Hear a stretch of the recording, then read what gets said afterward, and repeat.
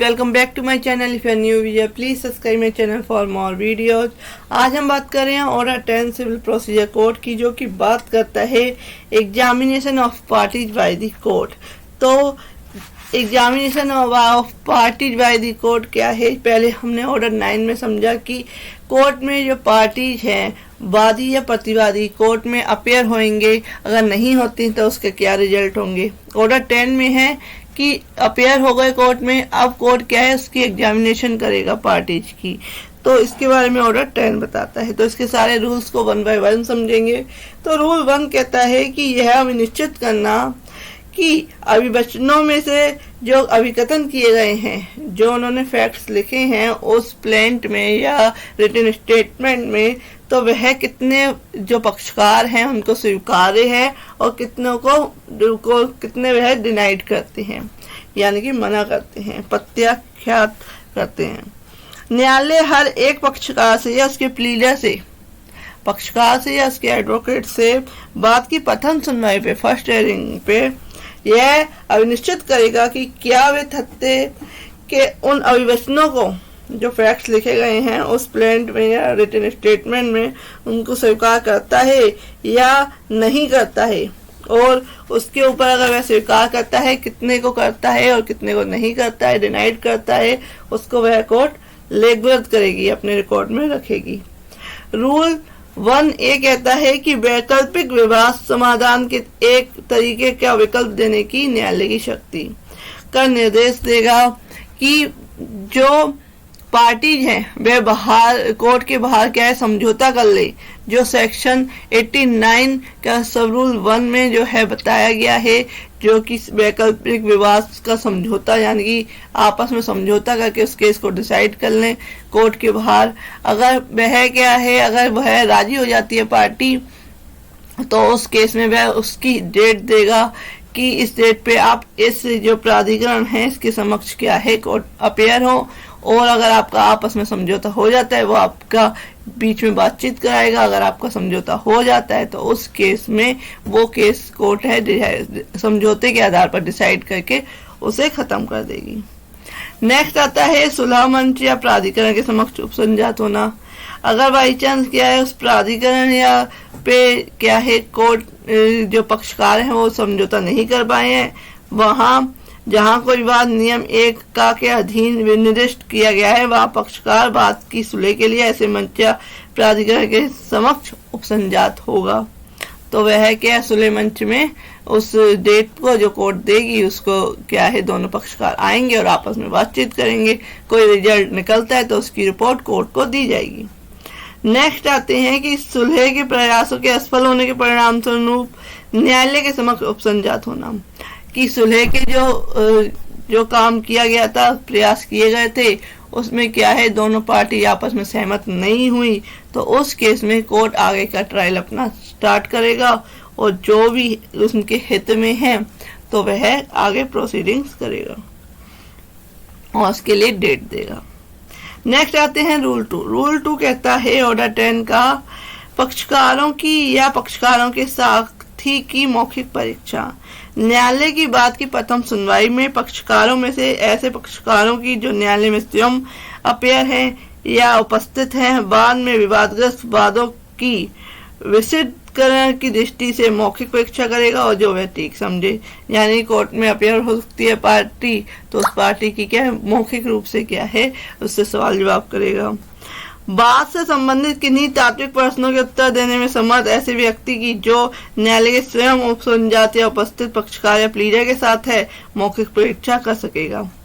जो फैक्ट्स के जो क्वेश्चन हैं, उन फैक्ट्स के क्वेश्चन को पूछने के लिए जो उसका प्लीडर है या जो पक्षकार है जो उसके उत्तर देने के लिए सक्षम है, उनसे क्या है, कोर्ट क्या है, प्रश्न करेगी और उसका उत्तर देगा वो। तो ओरल कहते हैं एग्जामिनेशन करेगी, मौखिक परीक्षा करेगी।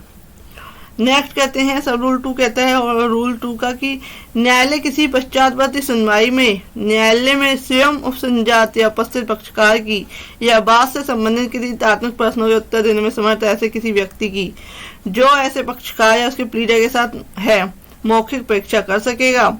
और यदि न्यायालय ठीक समझे तो वह दोनों पक्षकारों में से किसी के भी द्वारा सुझाए गए प्रश्नों को इस नियम के अधीन किसी परीक्षा के दौरान पूछ सकेगा। अगर किसी ने कोर्ट को, किसी पक्षकार ने कहा है, किसी पार्टी ने कहा है कि आप ये भी क्वेश्चन पूछा जाए उस पार्टी से, अदर पार्टी से, तो वह कोर्ट क्वेश्चन पूछ सकती है।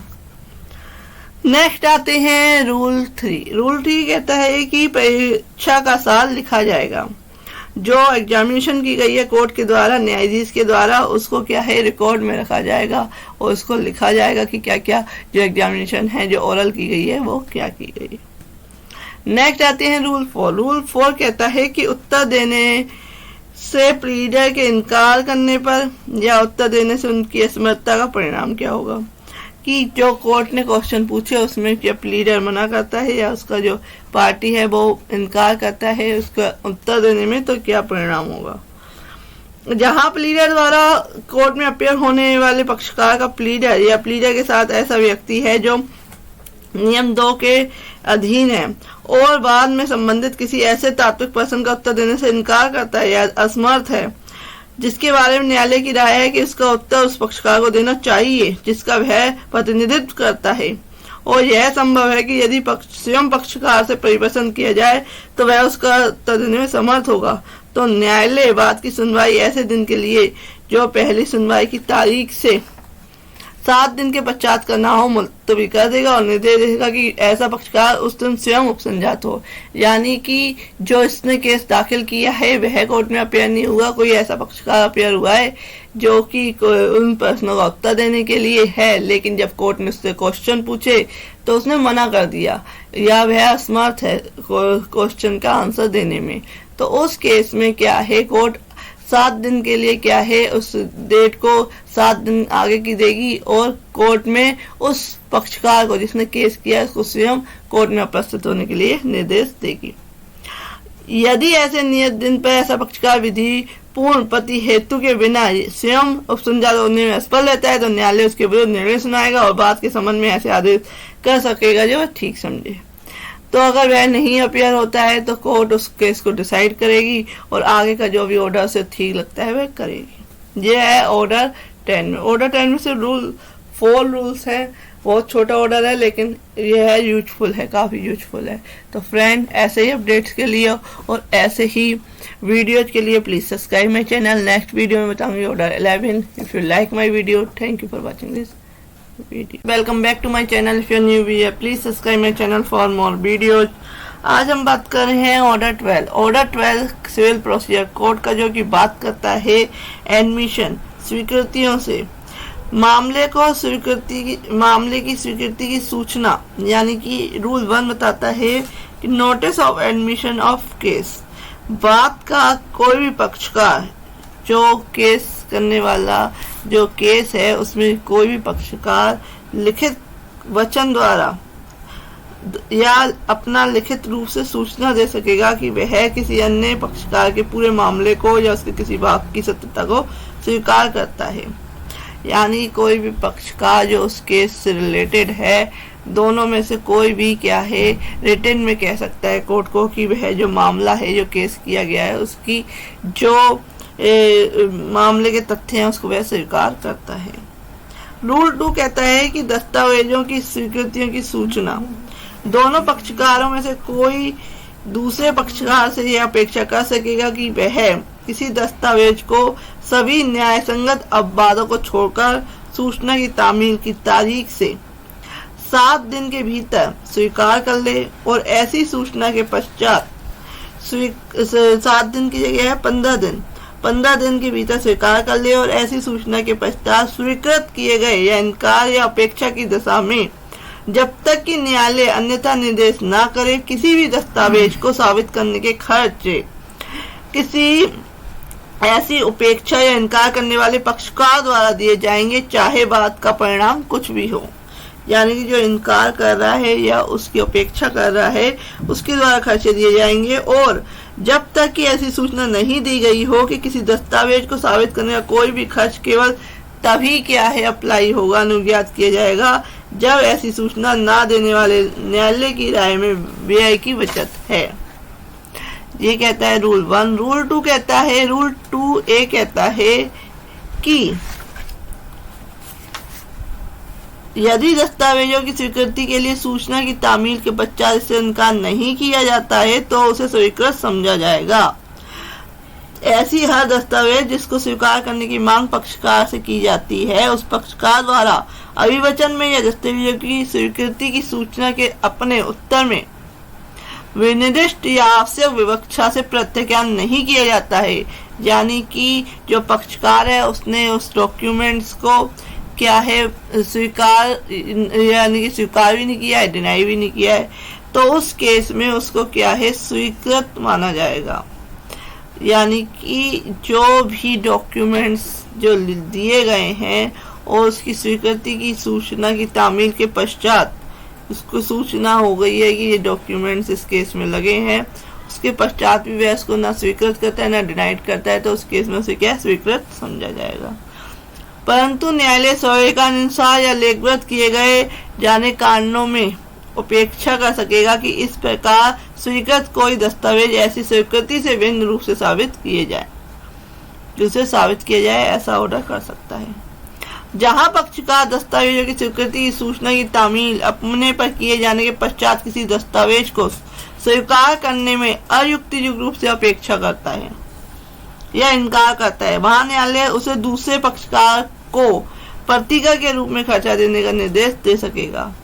अगर इस तरह की अपेक्षा की जाती है उस पक्षकार पे जिसमें सूचना की तामील हो चुकी है और डॉक्यूमेंट से रिलेटेड, तो भी वह अपेक्षा कर रहा है, इनकार कर रहा है, तो उस केस में उसका खर्चा जो है वो जो कोर्ट है उसके ऊपर लगा सकती है। नेक्स्ट आते हैं रूल 3। रूल 3 कहता है कि सूचना का प्रारूप क्या होगा। तो दस्तावेजों को स्वीकृत करने की सूचना परिशिष्ट गा के प्रारूप संख्या 9 में ऐसे फेरफार के साथ होगी जो परिस्थितियों से अपेक्षित है। जो है अपेंडिक्स जो सी है उसका जो संख्यांक 9 है उसके अनुसार क्या है वो उसका फॉर्म होगा दस्तावेजों को सबमिट करने का। तो इसमें रूल 3A कहता है स्वीकृति के अभिलेखन की न्यायालय की शक्ति। दस्तावेजों को स्वीकार करने के लिए सूचना नियम 2 के अधीन न दी जाने पर भी अपने न्यायालय अपने समक्ष वाली कार्रवाइयों के किसी भी प्रकरण में स्वयं अपनी प्रेरणा से किसी भी पक्षकार से कोई दस्तावेज स्वीकार करने की अपेक्षा कर सकेगा और ऐसी दशा में यह अभिलेखन करेगा कि क्या पक्षकार ऐसी दस्तावेज को स्वीकार करता है या स्वीकार करने से इनकार करता है या स्वीकार करने की अपेक्षा करता है। तो इस तरीके का ऑर्डर कर सकता है, स्वप्रेरणा से खुद भी कोर्ट कह सकती है। नेक्स्ट आता है रूल 4। रूल 4 कहता है तथ्य को स्वीकृत करने की सूचना। कोई भी पक्षकार किसी भी अन्य प्रकार से सुनवाई के लिए नियत दिन से कम 9 दिन पहले किसी भी समय लिखित सूचना द्वारा अपेक्षा कर सकेगा कि वह ऐसे सूचना में वर्णित किसी या किन्हीं विनिर्दिष्ट तथ्य या तथ्यों को केवल बात के प्रयोजन के लिए स्वीकार कर ले और ऐसी सूचना की तामील के पश्चात 6 दिन के भीतर और इसके अतिरिक्त समय के भीतर जो न्यायालय द्वारा अनुज्ञात किया जाए उसको या उसको स्वीकृत करने से इनकार करने अपेक्षा करने की दशा में तथ्य और तथ्यों की साबित करने का खर्चा जब तक कि न्यायालय अन्यथा निर्देश न करे इस प्रकार अपेक्षा करने इनकार करने वाले पक्षकार द्वारा दिया जाएगा, चाहे बात का परिणाम कुछ भी हो। अगर इस तरीके से जो फैक्ट्स हैं उसको मना किया जाता है तो जो खर्चा है वह उस पक्षकार के द्वारा दिया जाएगा जो उसे डिनाई कर रहा है। परंतु ऐसी सूचना के अनुसार में की गई कोई भी स्वीकृति के बारे में यह समझा जाएगा कि वह उस निर्दिष्ट बात के प्रयोजन के लिए की गई है और वह ऐसी स्वीकृति नहीं समझी जाएगी जिसका उस पक्षकार के विरुद्ध किसी अन्य अवसर पर सूचना देने वाले पक्षकार से भिन्न किसी व्यक्ति के पक्ष में उपयोग किया जा सकता है, provided that any admission made in pursuit of such notice is to be deemed to be made only for the purpose of the particular suit and not as an admission to be used against the party or any other occasion or in the favor of any person other than the party given the notice। Next कहते हैं rule 5। Rule 5 कहता है स्वीकृतियों का प्रारूप क्या होगा, forms of admission क्या होगा। तथ्यों को स्वीकार करने के लिए सूचना परिशिष्ट गा के प्रारूप संख्या 10 में, तथ्यों की स्वीकृतियां प्रविष्ट गा के प्रारूप संख्या 11 में ऐसे फेरफार के साथ होगी, चेंजेस करके होगी। जो फॉर्म दिया गया है जो अपेंडिक्स सी है और अपेंडिक्स सी का फॉर्म 10 और 11 में जो है उसमें थोड़े बहुत चेंजेस करके इस तरीके का फॉर्म होगा। नेक्स्ट आते हैं रूल 6। रूल 6 कहता है कि स्वीकृतियों के आधार पर निर्णय, जहां भी वचन में जहां अन्यथा चाहे मौखिक रूप से या लिखित रूप से तथ्य की स्वीकृति की जा चुकी है, वहां न्यायालय बात के किसी भी प्रकरण में या तो किसी पक्षकार के आवेदन पर या स्वप्रेरणा से पक्षकारों के बीच किसी अन्य पर्सन के अवधारण की प्रतीक्षा किए बिना ऐसी स्वीकृतियों में ध्यान में रखते हुए ऐसा आदेश या ऐसा निर्णय कर सकेगा जो वह ठीक समझे। जब कभी उपनियम 1 के अधीन निर्णय सुनाया जाता है तब निर्णय के अनुसार डिक्री तैयार की जाएगी और डिक्री में वही तारीख होगी जिस तारीख को उक्त निर्णय सुनाया गया था।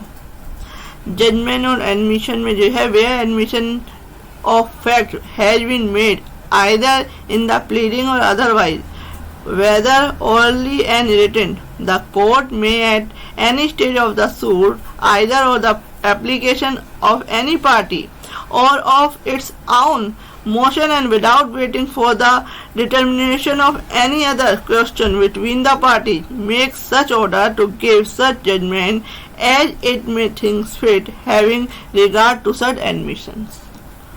नेक्स्ट कहते हैं रूल 7। रूल 7 कहता है ऑर्डर 12 का कि हस्ताक्षर के बारे में शपथ पत्र, यदि दस्तावेजों तथ्यों को स्वीकार करने की किसी सूचना के अनुसरण में की गई स्वीकृतियों के सम्यक हस्ताक्षर के बाबत साक्ष्य की अपेक्षा की जाती है तो प्लीडर या उसके लिपिक का ऐसी स्वीकृतियों के बारे में शपथ पत्र पर्याप्त साक्ष्य होगा।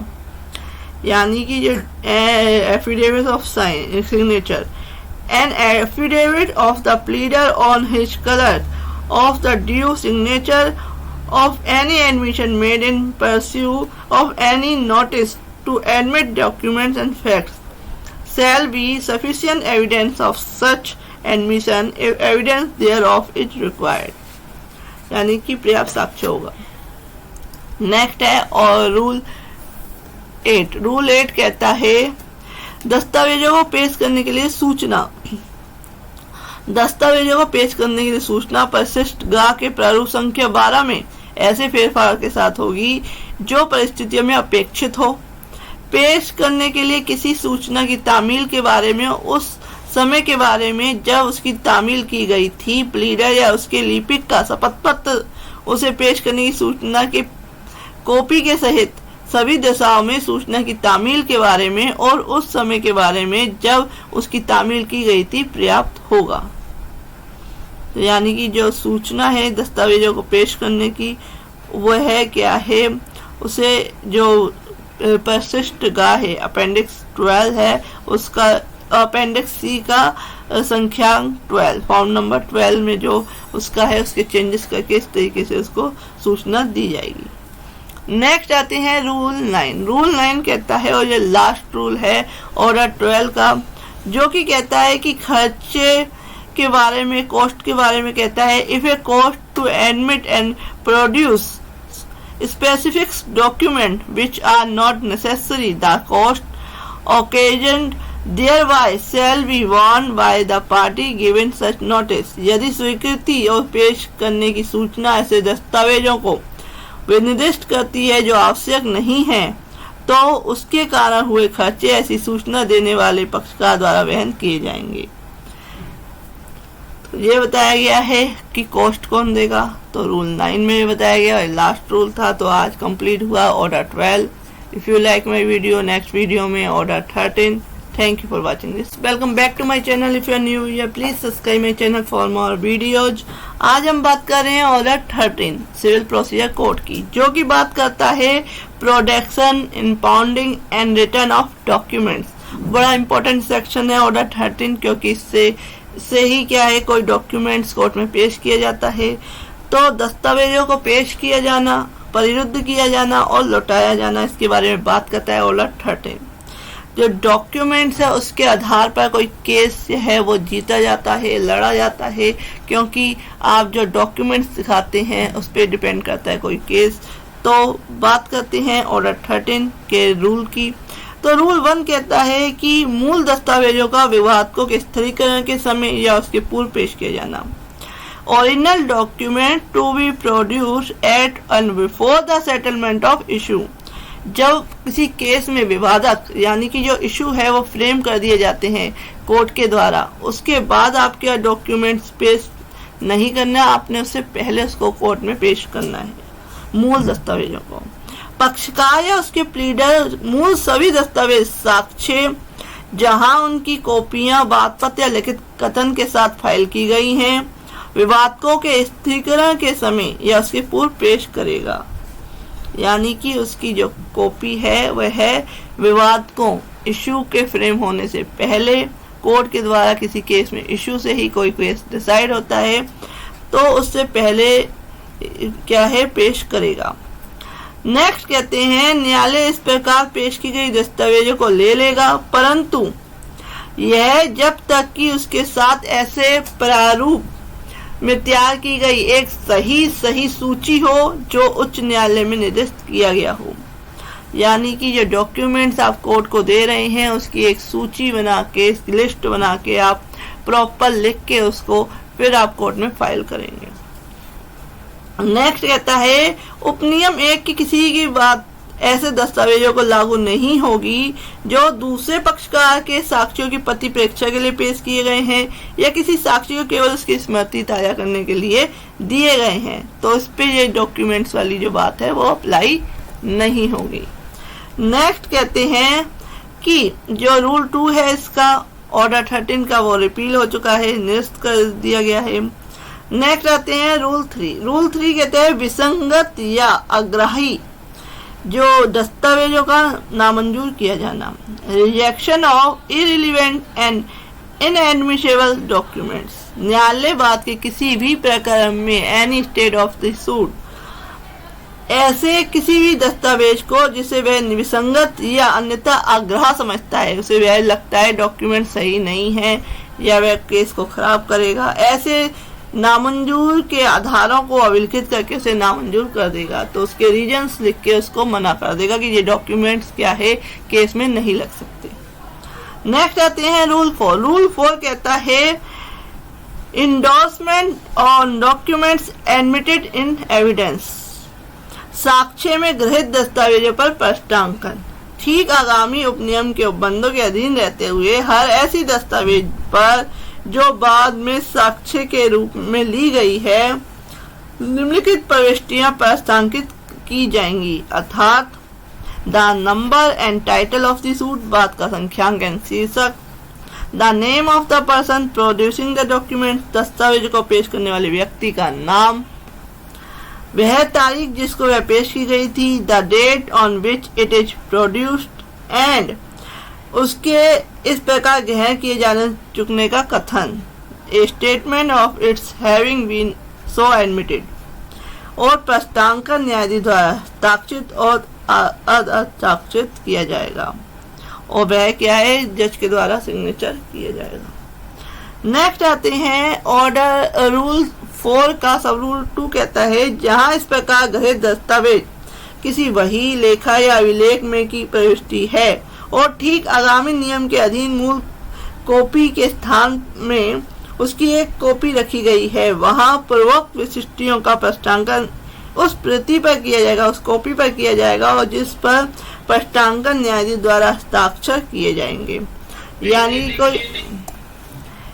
कि कोई क्या है, कोई कॉपी है, डॉक्यूमेंट्स की कॉपी है, उस पर भी सेम प्रोसीजर अप्लाई होगा, उस पर भी ये लिस्ट लिखी जाएगी, बात का संख्यांक, शीर्षक, दस्तावेजों को पेश करने का व्यक्ति का नाम, तारीख या वह ग्रहण किया जा चुका है, सारा एडमिशन स्टेटमेंट, सारा कुछ लिख के उस कॉपी पे वो सबमिट किया जाएगा। अगर वह क्या लेखा है, अभिलेख है या वही है कोई जो शॉप वगैरह की। तो नेक्स्ट कहते हैं रूल 5। रूल 5 कहता है वहियां, लेखाओं और अभिलेखों में की गृहीत प्रविष्टियों की प्रतीक पर प्रस्तांकन। एंडोर्समेंट ऑन कॉपीज और admitted entire in book account and record.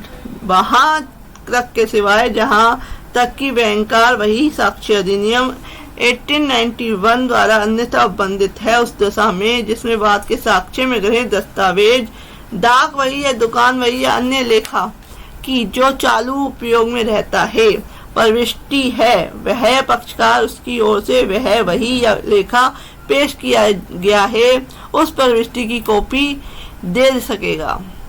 सब रूल 2 कहता है कि जहां ऐसी दस्तावेज लोक कार्यालय में या लोक अधिकारी द्वारा पेश किए गए लोक अभिलेख की प्रविष्टि है या जिस प्रकार की ओर से वह वही या लेखा पेश किया जाता है उससे भिन्न व्यक्ति की वही या लेखा में की प्रविष्टि है, वहां न्यायालय अपेक्षा कर सकेगा कि इस प्रविष्टि की कॉपी जहां वह अभिलेख वही या लेखा पक्षकार की ओर से पेश किया गया है वहां उस पक्षकार द्वारा दी जाए और जहां वह अभिलेख वही या लेखा ऐसे आदेश के अनुपालन में पेश किया गया है जो स्वप्रेरणा से कार्य करते हुए न्यायालय ने दिया है वहां दोनों पक्षकार या किसी भी पक्षकार द्वारा दी जाए। सब रूल 3 कहता है कि जहां प्रविष्टि की प्रति इस नियम के पूर्वगामी बंदों के अधीन दे दी गई है वहां न्यायालय आदेश 7 के नियम 17 के वर्णित रीति से कॉपी की परीक्षा और तुलना या कॉपी की प्रमाणित करने की पश्चात प्रविष्टि को चिन्हित करेगा और वही लेखा या अभिलेख को जिसमें वह है उसे पेश करने वाले व्यक्ति को लौटा देगा, यानी कि उसके ओरिजिनल से उसकी मैच करके उसके बाद उसको सिग्नेचर करके उसकी कॉपी ओरिजिनल जो है वो वापस कर देगा। नेक्स्ट कहते हैं रूल 6। रूल 6 कहता है ऑर्डर 13 का साक्ष्य में आग्रह होने के कारण नामंजूर दस्तावेजों पर पृष्ठांकन। Endorsement on document reject as inadmissible in evidence। जहां उस दस्तावेज को जिस पर साक्ष्य के रूप में दोनों पक्षकारों में कोई निर्भर करता है न्यायालय साक्ष्य में आग्रह ठहरा देता है वहां नियम 4 के उपनियम 1 के खंड का ख ग में वर्णित विशिष्टियां इस कथन के सहित कि वे नामंजूर कर दी गई है उस पर पृष्ठांकन की जाएंगी और उस पृष्ठांकन न्यायाधीश द्वारा हस्ताक्षरित या किया जाएगा। ये बात करता है कि जो नामंजूर कर दिए गए हैं डॉक्यूमेंट उसमें सिग्नेचर करके उसका रीजन लिख के वह वापस करी जाएगी। नेक्स्ट आते हैं रूल 7। रूल 7 कहता है रिकॉर्डिंग और admitting and return of rejected documents. ग्रहित दस्तावेजों का अभिलेख में सम्मिलित किया जाना और नामंजूर की गई दस्तावेजों का लौटाया जाना। हर दस्तावेज जो साक्ष्य में ग्रहण कर ली गई है वहां नियम 5 के अधीन मूल कॉपी के स्थान पर उसकी कॉपी रखी जाएगी और उसकी जो कॉपी है बाद के अभिलेख का भाग होगी, यानी कि वो रिकॉर्ड में रख ली जाएगी। और जो डॉक्यूमेंट्स क्या ग्रहण नहीं की गई हैं और कोई अभिलेख का भाग नहीं है उसे यथास्थिति उस व्यक्ति को लौटा दिया जाएगा जिसने उसे पेश किया है। तो ये बताता है रूल 7। रूल 8 कहता है कि न्यायालय किसी दस्तावेज के परिबद्ध किए जाने का आदेश दे सकेगा। कोर्ट में order any document to be impounded. यदि न्यायालय को इस बात के बारे में पर्याप्त हेतु दिखाई दे कि वह किसी बाद में अपने समक्ष पेश की गई किसी भी दस्तावेज या वही के इस आदेश के नियम 5, 7 और आदेश 7 के नियम 17 में किसी बात के होते हुए भी ऐसी अवधि के लिए या ऐसी शर्तों के अधीन जो न्यायालय ठीक समझे परिबद्ध किए जाने पर न्यायालय के किसी अधिकारी की अपेक्षा में रखे जाने का निर्देश दे सकेगा, यानी कि उसको क्या है किसी अधिकारी को सौंपे जाने का ऑर्डर कर सकता है। नेक्स्ट आते हैं ग्रहित दस्तावेज का लौटाया जाना। Return of admitted documents. बाद में अपने द्वारा पेश की गई अभिलेख में सम्मिलित की गई कोई दस्तावेज को वापस करने की वांछा करने वाला कोई भी व्यक्ति चाहे वह बात का पक्षकार हो या ना हो उस दस्तावेज को जब तक कि वह नियम 8 के अधीन परिबद्ध ना कर दी गई हो वापस प्राप्त करने का हकदार। जहां बात ऐसा है कि अपील अनुज्ञात है, इसकी उस केस में अपील हो सकती है, वहां उस समय होगा जब बात का निपटारा हो गया हो। तो वो डॉक्यूमेंट तब लौटाई जाएगी जब बात पूरी तरह से क्या है फाइनल डिस्पोज्ड हो गया हो। जहां बात ऐसा है कि इसकी अपील अनुज्ञात है, पर वह समय उस समय होगा जब न्यायालय का समाधान हो जाता है कि अपील करने का समय बीत चुका है, अपील नहीं की गई है, और वह यदि अपील की गई है तो उस समय होगा जब अपील निपटा दी गई है। यानी कि जहां उस समय उस डॉक्यूमेंट्स को लौटाया जाएगा जब अपील होनी है, लेकिन अपील का जो टाइम पीरियड है वो निकल चुका है, या जो अपील है उसका डिस्पोज हो चुका है, उसके बाद क्या वो डॉक्यूमेंट्स लौटाया जाएगा। परंतु इस नियम द्वारा विहित समय में पूर्ववत किसी भी समय दस्तावेज लौटाया जा सकेगा यदि उसकी वापसी के लिए आवेदन करने वाला व्यक्ति समुचित अधिकारी है, ऑफिसर है, वाद के पक्षकार की दशा में मूल के स्थान पर रखने के लिए प्रमाणित प्रति प्रदत्त करता है। यहाँ उसको डॉक्यूमेंट जरूरी चाहिए तो वह उसकी एक प्रमाणित कॉपी क्या है उस कोर्ट में पेश करता है, और किसी अन्य व्यक्ति की दशा में ऐसी मामूली प्रति प्रदत्त करता है जो ऑर्डर 7 के नियम 17 के सब रूल 2 में वर्णित से परिलक्षित मिलान की गई और प्रमाणित की गई है, तो उस केस में लौटाया जाएगा। या यह वचन देता है कि यदि उससे ऐसी अपेक्षा की गई है तो वह मूल को पेश करेगा, या कोर्ट से यह कहता है कि जब भी आप कहेंगे कि मैं आपको ओरिजिनल दिखाऊं, मैं आपको दिखाऊंगा, तो उस केस में उसे वापस कर दी जाएगी। परंतु यह और भी कि ऐसी कोई दस्तावेज नहीं लौटाई जाएगी जो डिक्री के बल में पूर्णतः शून्य और निरुपयोगी हो गई है, तो ऐसे डॉक्यूमेंट्स नहीं लौटाई जाएगी। साक्ष्य में गृहीत दस्तावेज की वापसी पर उसे प्राप्त करने वाले व्यक्ति द्वारा रसीद दी जाएगी। जो on the return of a document admitted in evidence A receipt shall be given by the person receiving it. तो ये है रूल 9। रूल 10 कहता है न्यायालय स्वयं अपने अभिलेखों में से या अन्य न्यायालयों के अभिलेखों में से कागज मंगा सकेगा। कोर्ट में send for paper from its own records और फ्रॉम अदर रिकॉर्ड्स, कि जब न्यायालय जो है खुद या पक्षकार के किसी आवेदन पर या स्वेच्छानुसार अभिलेखों में से किसी अन्य न्यायालय के अभिलेखों में से या अन्य वाद या कार्रवाइयों के अभिलेख मंगवा सकेगा, उसका निरीक्षण कर सकेगा कि कोई जरूरी डॉक्यूमेंट्स है वो किसी अदर केस में लगा हुआ है या अदर कोर्ट में के पास है, तो वह उसको मंगवा सकता है, ऑर्डर कर सकता है कि आप ये डॉक्यूमेंट्स इस कोर्ट में भेजें। नेक्स्ट आता है कि इस नियम के अधीन किया गया हर आवेदन जब तक कि न्यायालय अन्यथा निर्देश ना करे एक ऐसे शपथ पत्र द्वारा समर्थन किया जाएगा जिसमें यह दर्शित होगा कि उस वाद में जिसमें आवेदन किया गया है वह अभिलेख कैसे तात्विक है, कितना जरूरी है, और यह है कि आवेदक अयुक्तियुक्त विलंब या व्यय के बिना उस अभिलेख की या उसके किसी भाग की जिसकी उसे आवश्यकता है सम्यक रूप से अधिक प्रमाणित प्रति अभिप्राप्त नहीं कर सकता, और यह है कि मूल की पेशी न्यायालय के प्रयोजन के लिए आवश्यक है। यानी कि इसमें यह साबित करना होगा कि जो कॉपी है, सर्टिफाइड कॉपी है, वह इतने समय में क्या है कोर्ट में पेश नहीं कर सकता, तो उसको वह क्या है लौटाई जाएगी, अभिलेख दिया जाएगा कोर्ट को। या वह क्या है कोर्ट को ओरिजिनल ही देखनी है, तो उस केस में भी वह क्या है उसको दी जाएगी। नेक्स्ट आते हैं इस नियम की कोई भी बात किसी भी ऐसे दस्तावेज को जो बाद में साक्ष्य की विधि के अधीन आग्रह होती साक्ष्य में उपयोग करने के लिए न्यायालय को समर्थ बनाने वाली नहीं समझी जाएगी। Nothing content in this rule shall be deemed to enable the court to use in evidence any documents which under the law of evidence would be inadmissible in this suit. तो ये है रूल 10। रूल 11 कहता है दस्तावेजों से संबंधित उपबंधों का भौतिक पदार्थों को लागू होना। Provisions as to documents applied to material object. दस्तावेजों के संबंध में इसके अंतर्गत उपबंध साक्ष्य के रूप में पेश किए जाने योग्य सभी अन्य भौतिक पदार्थों को जहां तक हो सके लागू होंगे। तो सारा कुछ बताया गया है। ये है लास्ट रूल 11 तक है, ऑर्डर 13। तो friend, if you like my video, next video में बताऊंगी order 14। Thank you for watching this. Friends, welcome back to my channel. If you are new viewer, please subscribe my channel for more videos. मुझे लगता है आप मेरी video पसंद करते हैं लेकिन मेरे चैनल को सब्सक्राइब नहीं करते। और अगर आप मेरे चैनल को सब्सक्राइब नहीं करेंगे तो मुझे कहां से प्रोत्साहन मिलेगा और मैं नई नई वीडियो कैसे बनाऊंगी।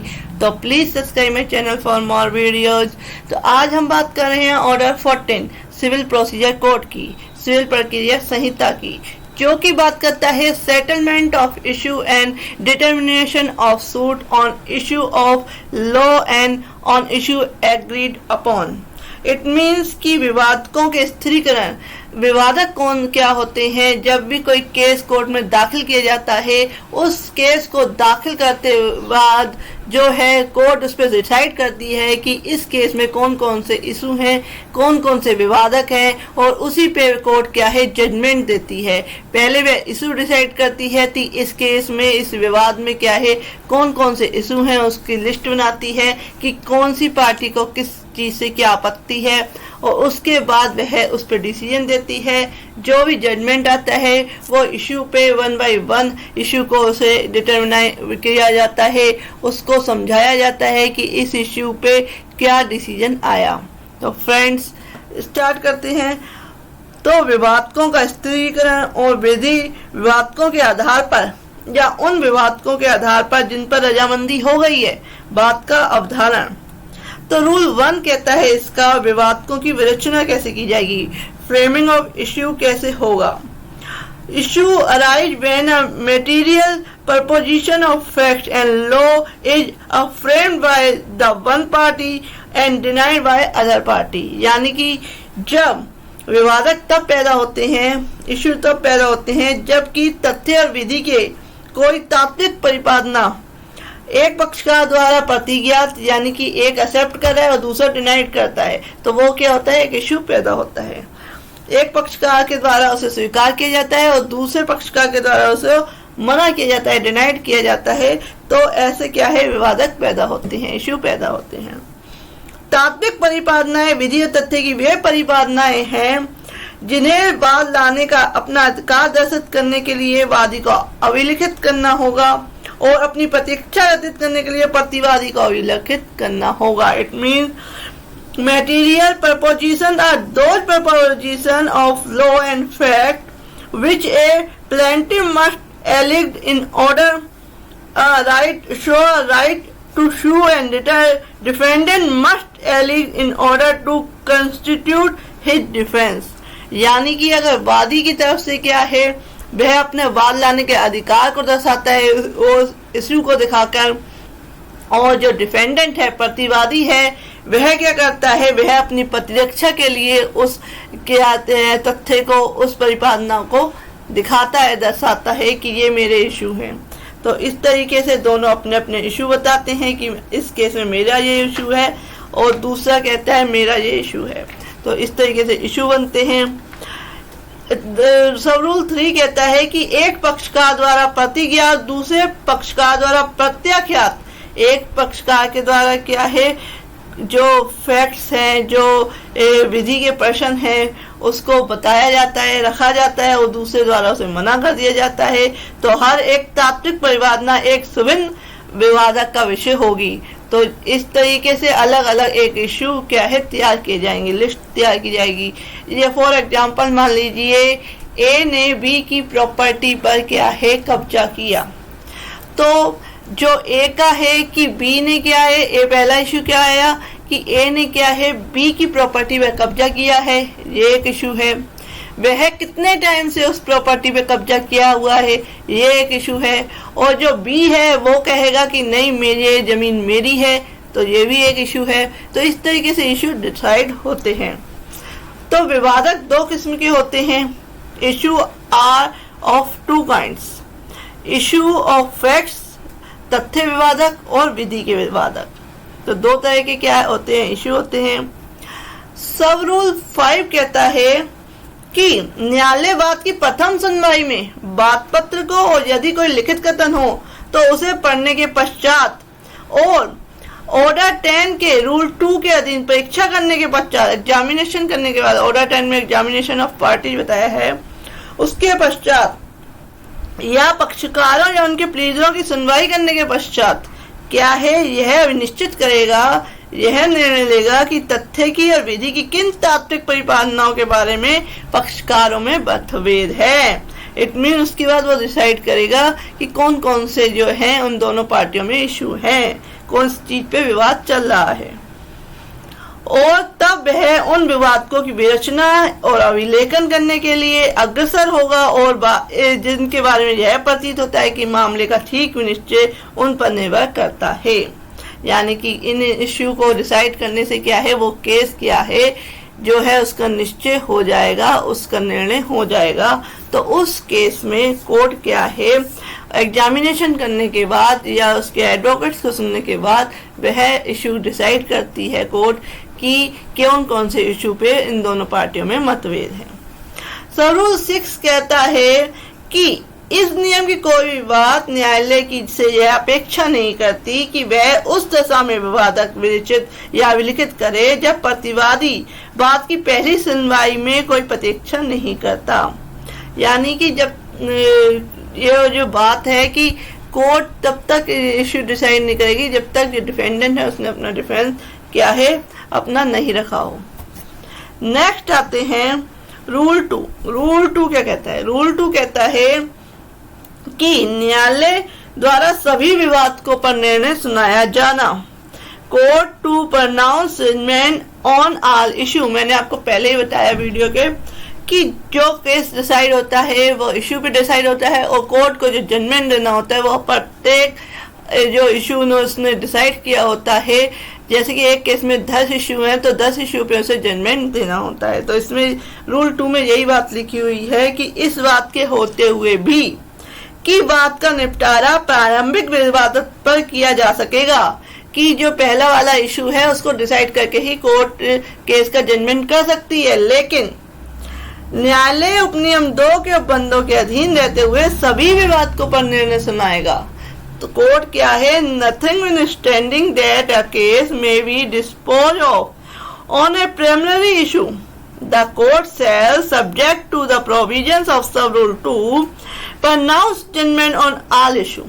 तो सब इशू पे क्या है, कोर्ट क्या है जजमेंट सुनाएगा, चाहे पहले इशू से ही कोर्ट केस डिसाइड होता हो, लेकिन उसे सारे इशू पे अपना जजमेंट लिखना होगा 1 by 1।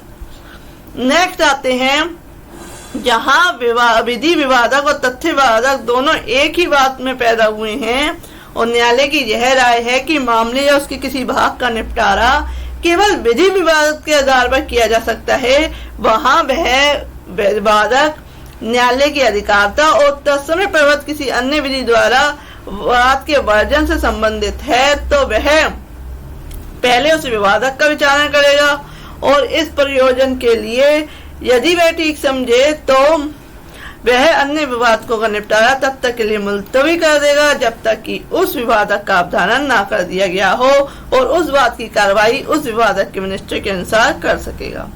तो ये कर सकता है कोर्ट। नेक्स्ट हम आते हैं कि रूल 3। रूल 3 कहता है कि वह सामग्री जिससे विवादों की विरचना की जाएगी।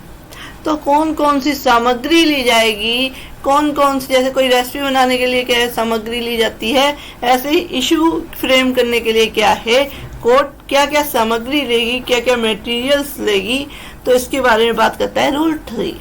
रूल 3 कहता है कि मटेरियल्स फ्रॉम विच इशू में बी फ्रेम्ड। न्यायालय निम्नलिखित सभी सामग्री से या उनमें से किसी भी विवादों की विवेचना कर सकेगा।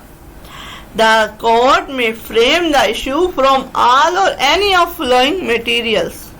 किन किन सामग्री से करेगा? पक्षकारों द्वारा या उनकी ओर से उपस्थित किन्हीं व्यक्तियों द्वारा या ऐसे पक्षकारों के प्लीडर द्वारा शपथ पर किए गए अभिकथन जिन्होंने एफिडेविट पे क्या है अपने स्टेटमेंट दिए हुए हैं पक्षकारों ने या उनके विटनेसेस ने, तो उससे क्या है इश्यू क्या है वो ले सकता है। नेक्स्ट आते हैं अभिवचनों या बाद में परिप्रश्नों के उत्तर के लिए अभिकथन। जो allegation made in the pleadings on answer to interrogatory delivered in the suit, तो उससे क्या ले सकता है वह अभिवचन। उन अभिवचनों से क्या है इशू क्या राइज हो रहे हैं उनमें, तो वो भी इशू वहां से उठा सकता है। नेक्स्ट आते हैं कि दोनों पक्षकारों में से किसी के द्वारा पेश की गई वस्तुओं की अंतर वस्तु, the content of document produced by either party. जो दोनों पक्षकारों ने, दोनों पार्टियों ने जो अपने डॉक्यूमेंट्स अपने अपने डिफेंस के लिए, अपने अपने राइट्स को दिखाने के लिए लगाए हैं, तो उनकी जो अंतर वस्तु है, उनका जो कंटेंट है, उसमें से भी इशू फ्रेम किए जा सकते हैं। तो ये मटेरियल्स हो गए। रूल 3 क्या बताता है? मटेरियल्स के बारे में। आपको क्वेश्चन भी आ जाता है, ज्यूडिशरी में आ जाता है, आपका किसी भी एग्जाम या परीक्षा में ये क्वेश्चन आ सकता है। नेक्स्ट आते हैं रूल 4। रूल 4 कहता है न्यायालय विवादकों की विवेचना करने से पहले साक्ष्यों की और दस्तावेजों की परीक्षा कर सकेगा। कोर्ट में एग्जामिन विटनेस और डॉक्यूमेंट्स बिफोर फ्रेमिंग इशू। जहां न्यायालय की राय है कि किसी ऐसे व्यक्ति की परीक्षा किया जाना न्यायालय के सामने नहीं है, या किसी ऐसी दस्तावेज का निरीक्षण किया जाना, जांच की जाना जो बाद में पेश नहीं की गई है, विवादों को ठीक ठीक विवेचित करने, यानी कि जो विवादक जो इशू फ्रेम करने हैं, उसकी उन दस्तावेजों का निरीक्षण करने से पहले या उन विटनेसेस की क्या है जांच परीक्षा करने से पहले वो इशू डिसाइड नहीं हो सकते। वहां विवादकों की विवेचना किसी ऐसे दिन के लिए स्थगित कर सकेगा जो 7 दिन के पश्चात का ना हो, और तत्समय प्रवृत्त किसी विधि के अधीन रहते हुए सम्मन या अन्य आदेशिका द्वारा विवश करके और किसी व्यक्ति की हाजिरी करा सकेगा, और उस व्यक्ति द्वारा किसी दस्तावेज को पेश कर सकेगा जिसके कब्जे या शक्ति में वह दस्तावेज है। तो इस तरीके का ऑर्डर कर सकता है कि आप क्या है डॉक्यूमेंट्स कोर्ट में दिखाएं या जो विटनेसेज है उनकी परीक्षा कराएं। नेक्स्ट आते हैं रूल 5। रूल 5 कहता है विवादकों का संशोधन उसे काट देने की शक्ति, power to amend and strike out issue. यानी कि न्यायालय डिक्री पारित करने से पूर्व किसी भी समय ऐसे निबंधनों, ऐसे शर्तों पर जो वह ठीक समझे विवादकों में संशोधन कर सकेगा, अमेंडमेंट कर सकेगा, और अतिरिक्त विवादकों की विवेचना कर सकेगा या कोई अदर इशू फ्रेम कर सकेगा। और सभी ऐसे संशोधनों, अतिरिक्त विवाद जो पक्षकारों के बीच विवादग्रस्त बातों के अवधारण के लिए आवश्यक हो, इस प्रकार संशोधित किए जाएंगे और विवेचित किए जाएंगे। सब रूल 2 कहता है रूल 5 का कि न्यायालय डिक्री पारित करने से पूर्व किसी भी समय किन्हीं विवादकों को काट सकेगा, यानी कि उनको उस केस से हटा सकेगा जो इशू फ्रेम किए हैं, लेकिन डिक्री पारित करने से पूर्व, और जिसके बारे में यह प्रतीत होता है कि वह गलत और तौर पर विचलित या पुनर्स्थापित किए गए हैं, कि वह गलत तरीके से क्या है या पुनर्स्थापित किए गए हैं। नेक्स्ट आते हैं रूल 6। टोटल इसमें जो रूल है वो रूल 7 तक है। तो रूल 6 कहता है तथ्य के या विधि के प्रश्न करार द्वारा विवादकों के रूप में कथित किए जा सकेंगे। Question of fact and law may be agreement we state in form of issue। जहां बात के पक्षकार तथ्य के या किसी विधि के ऐसे प्रश्न के बारे में रजामंद हो गए हैं जो उनके बीच विनिश्चित किया जाना है, वहां वे उसका विवादक के रूप में कथन कर सकेंगे और लिखित कथन रूप से यह करार कर सकेंगे कि ऐसे विवादक पर न्यायालय के सकारात्मक या नकारात्मक निष्कर्ष पर ऐसी धनराशि जो करार में विनिर्दिष्ट है न्यायालय द्वारा या ऐसी रीति से जो न्यायालय निर्देश करे अविनिश्चित की जानी है, पक्षकारों में से एक द्वारा उनमें से दूसरे को संदत की जाएगी, और उनमें से एक पक्षकार ऐसे किसी अधिकार का हकदार या ऐसे किसी दायित्व के अधीन घोषित किया जाएगा जो करार में निर्दिष्ट है। नेक्स्ट कहता है कि कोई संपत्ति जो करार में निर्दिष्ट है बाद में विवादग्रस्त है, पक्षकारों में से एक द्वारा उसमें से दूसरे को या ऐसे परिणत की जाएगी जैसे कि वह दूसरा निर्देश करे। नेक्स्ट कहता है कि पक्षकारों में से एक या अधिक पक्षकार करार में निर्दिष्ट या विवादग्रस्त से संबंधित कोई विशिष्ट कार्य करेंगे या करने से विरत रहेंगे। तो इस तरीके से बताया गया रूल 6 में। नेक्स्ट आते हैं लास्ट रूल 7। ऑर्डर 14 का रूल 7 कहता है कि यदि न्यायालय का यह समाधान हो जाता है कि करार का निष्पादन सद्भावना पूर्वक किया हुआ था तो वह निर्णय सुना सकेगा। जहां न्यायालय को ऐसी जांच करने के पश्चात जो वह उचित समझे यह समाधान हो जाता है कि करार पक्षकारों द्वारा सम्यक रूप से निष्पादित किया गया था, पूर्वक प्रश्न के निश्चय में यह सार्वहित है और वह इस योग्य है कि उसका विचारण और विनिश्चय किया जाए, वहां वह उस विवादक को अभिलिखित करने उसका विचारण करने के लिए अग्रसर होगा और उस पर अपने निष्कर्ष या निश्चय का उसी रीति से कथन करेगा मानो उस विवादक की विवेचना न्यायालय द्वारा की गई हो, और ऐसे विवादक के निष्कर्ष और निश्चय के आधार पर वह करार के निबंधनों शर्तों के अनुसार निर्णय सुनाएगा और इस प्रकार सुनाए गए निर्णय के अनुसरण में डिक्री होगी। तो ये हो गया आपका रूल 14 कंप्लीट। नेक्स्ट वीडियो में बताऊंगी रूल 15। फ्रेंड्स, अगर चैनल पे नए हैं तो please subscribe my channel for more videos. Friends, welcome back to my channel. If you are new viewer, please subscribe my channel for more videos. आज हम बात कर रहे हैं ऑर्डर 15 की, सिविल प्रोसीजर कोड के सिविल प्रक्रिया संहिता के, जो कि बात करता है disposal of the suit at the first hearing. तो कौन कौन से बात जो है फर्स्ट हियरिंग पे उसको डिस्पोजल उसका कर दिया जाता है, तो उसका निपटारा क्या है प्रथम सुनवाई पे हो जाता है। तो इसमें जो बताया गया है रूल 1 में कि जब पक्षकारों में कोई विवाद नहीं है, जहां कोर्ट में कोई केस दाखिल किया गया और जब कोर्ट में केस आया तो कोर्ट को लगा कि जो व्यक्ति, ये दो पार्टियां जो हैं जो इशू लेके आई हैं, जो केस लेके आई हैं, वह केस में कोई विधि या तथ्य का कोई प्रश्न पैदा नहीं होता है, तो उस केस में वह क्या है उस पर जजमेंट दे देगा फर्स्ट हियरिंग पे। जहां बात की प्रथम सुनवाई पर यह प्रतीत होता है कि विधि के या तथ्य के किसी प्रश्न पर पक्षकारों में विवाद नहीं है, तो वहां न्यायालय तुरंत ही निर्णय सुना सकेगा। Where at the first hearing of the suit it appears that the parties are not at issue on any question of law and facts, the court may at once pronounce judgment।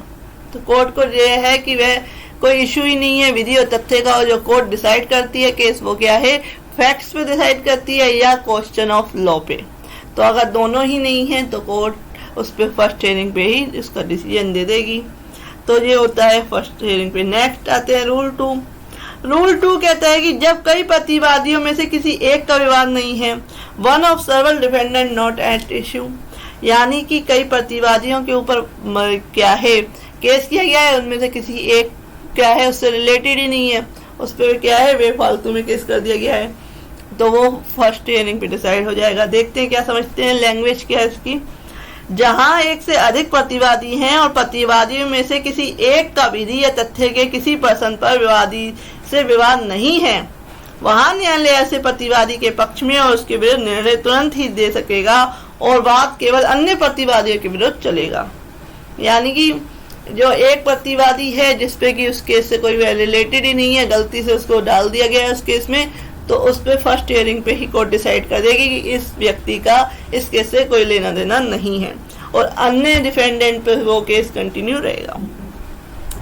सब rule 2 कहता है rule 2 का कि जब कभी इस नियम के अधीन निर्णय सुनाया जाता है तब ऐसे निर्णय के अनुसार डिक्री तैयार की जाएगी और डिक्री में वही तारीख दी जाएगी जिस तारीख को निर्णय सुनाया गया था। नेक्स्ट आते हैं रूल 2। रूल 3 कहता है कि जब पक्षकारों में विवाद है, पार्टी एट इशू, जहां पक्षकारों के विधि के या तथ्य के किसी प्रश्न पर विवाद है और न्यायालय ने इसमें इसके पूर्व उपबंधित रूप से विवाद की विवेचना कर ली है, यदि न्यायालय का यह समाधान हो जाता है विवादकों में से ऐसे विवादकों के लिए जो न्यायालय के विनिश्चय के लिए पर्याप्त है, जो तर्क या साक्ष्य पक्षकार तुरंत दे सकते हैं, उनके सिवाय कोई अतिरिक्त तर्क या साक्ष्य अपेक्षित नहीं है।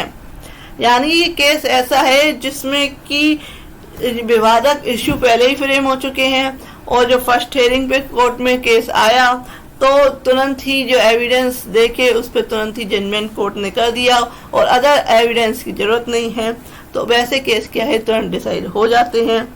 इसके सिवाय कोई अतिरिक्त तर्क या साक्ष्य अपेक्षित नहीं है। बाद में तुरंत ही आगे कार्रवाई करने के लिए कोई अन्याय नहीं होगा तो न्यायालय ऐसे विवादों के अवधारा के लिए अग्रसर हो जाएगा, और यदि इसमें इसके पश्चात निष्कर्ष निश्चय करने के लिए पर्याप्त है तो वह तदनुसार निर्णय सुनाएगा, चाहे सम्मन केवल विवाद के स्थिरीकरण के लिए निकाला गया हो या वाद के अंतिम निपटारे के लिए। परंतु जहाँ सम्मन केवल विवाद के स्थिरीकरण के लिए निकाला गया है वहां तब ऐसा तब किया जाएगा जब पक्षकार या उसके प्लीडर उपस्थित हो, उनमें से कोई आक्षेप न करे, कोई ऑब्जेक्शन ना करे, तब क्या है केस डिसाइड हो सकता है। अगर विवाद के स्थिरीकरण के लिए नहीं, डिस्पोजल के लिए है सम्मन। नेक्स्ट आते हैं, जहां निष्कर्ष विनिश्चय के लिए पर्याप्त नहीं है वहां न्यायालय वाद के आगे की सुनवाई मुलतवी करेगा और ऐसे अतिरिक्त साक्ष्य को पेश करने के लिए और ऐसे अतिरिक्त तर्क के लिए दिन नियत करेगा जो मामले में अपेक्षित हो। अगर नहीं होता है उस दिन डिसाइड इशू जो है केस, तो उस केस में वह क्या है अदर डेट देगा। नेक्स्ट आते हैं रूल 4। रूल 4 कहता है साक्ष्य पेश करने में असफलता, फेलियर टू प्रोड्यूस एविडेंस। जहां सम्मन बात के अंतिम निपटारे के लिए निकाला गया है, कोई सम्मन निकाला गया है वह अंतिम निपटारे के लिए केस के निकाला गया है, और दोनों में से कोई भी पक्षकार वह साक्ष्य पेश करने के लिए पर्याप्त हेतु के बिना असफल रहते हैं जिन पर वह निर्भर करता है, वहां न्यायालय तुरंत ही निर्णय सुनाएगा, और यदि वह ठीक समझता है तो विवादों की विवेचना और विलेखन के पश्चात बात को ऐसे साक्ष्य पेश करने के लिए स्थगित कर सकेगा जो ऐसे विवादों पर उनके विनिश्चय के लिए आवश्यक हो। तो इस तरीके से रूल 4 में बताया गया है फेलियर ऑफ प्रोड्यूस एविडेंस। तो फ्रेंड्स ये आ गया आपका रूल ऑर्डर 15 कंप्लीट हो गया। नेक्स्ट वीडियो में बताऊंगी rules order 16। Thank you for watching this.